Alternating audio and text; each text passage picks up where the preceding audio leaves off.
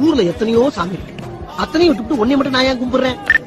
போற இடங்கள்ல ஏதாச்சும் சிலுமிசம் பண்ணுவேன். அப்ப ஏதாச்சும் சிக்கல் வந்துச்சுன்னா நீதான் வந்து ஹெல்ப் பண்ணு.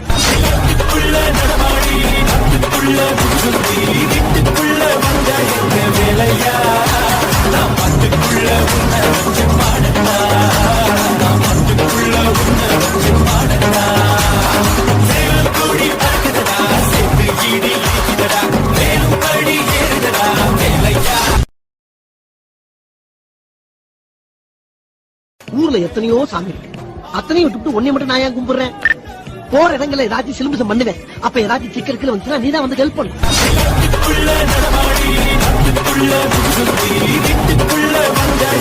வேலையா